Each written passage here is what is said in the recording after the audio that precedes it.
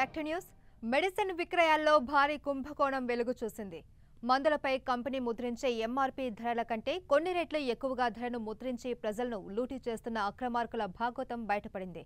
ఈ భారీ మెడికల్ స్కామ్పై స్పందించిన కేంద్రం త్వరలోనే అక్రమార్కులపై చర్యలు తీసుకోనుంది.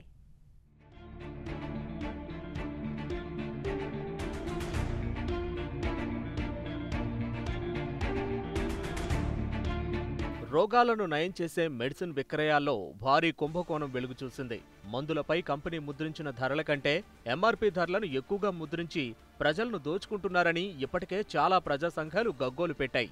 కొన్నేళ్లుగా పలు సామాజిక సంస్థలు ఈ స్కామ్ గురించి కేంద్ర రాష్ట్ర ప్రభుత్వాలకు ఫిర్యాదు చేసినా పట్టించుకోలేదు. అయితే తాజాగా నిజామాబాద్కి చెందిన కామర్స్ అండ్ ఇండస్ట్రీస్ వ్యవస్థాపక అధ్యక్షులు పిఆర్ సోమని అనే వ్యాపారవేత్త ఈ స్కామ్ను కేంద్రం దృష్టికి తీసుకొచ్చారు.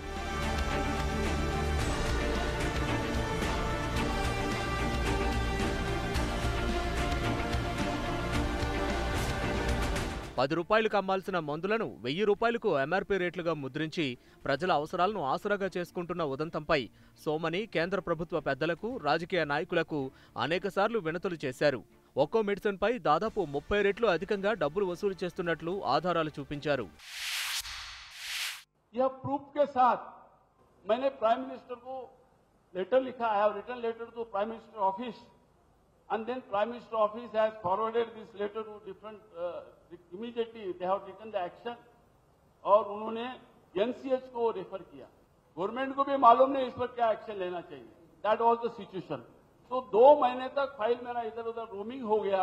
तो उसके बाद मैंने डिसीजन लिया कि यहाँ पर काम होने वाला नहीं, हमको अदर वे से अपने को गवर्नमेंट पे प्रेशर लगाना पड़ेगा, तभी ये हो रहा है. और ये काफी दिनों से हो रहा है, किसी को पता नहीं इतना बड़ा स्कैंडल चल रहा है. దేశంలో మందుల ధరలను అదుపులో ఉంచేందుకు తగిన డ్రగ్ పాలసీ లేకపోవడంతో మందుల తయారీదారులు రెచ్చిపోయి ఇష్టానుసారంగా ధరలను ముద్రించి అమ్ముతున్నారని సోమని మండిపడ్డారు. మరోవైపు శస్త్రచికిత్స కోసం అవసరమయ్యే మందులను కూడా అధిక ధరలను ముద్రించి పేద ప్రజలను దోచుకుంటున్నారని ఆవేదన వ్యక్తం చేశారు.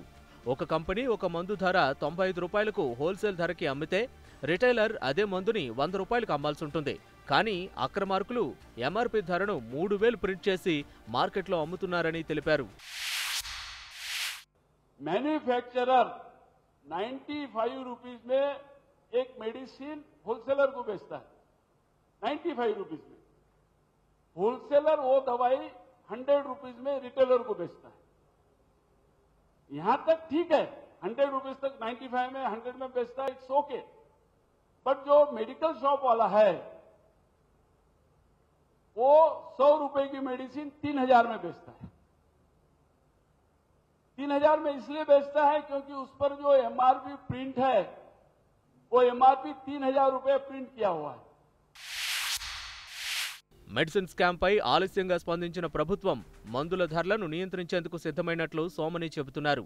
దీంతో త్వరలోనే మందుల ధరల్లో భారీ మార్పులు రాబోతున్నట్లు తెలుస్తోంది.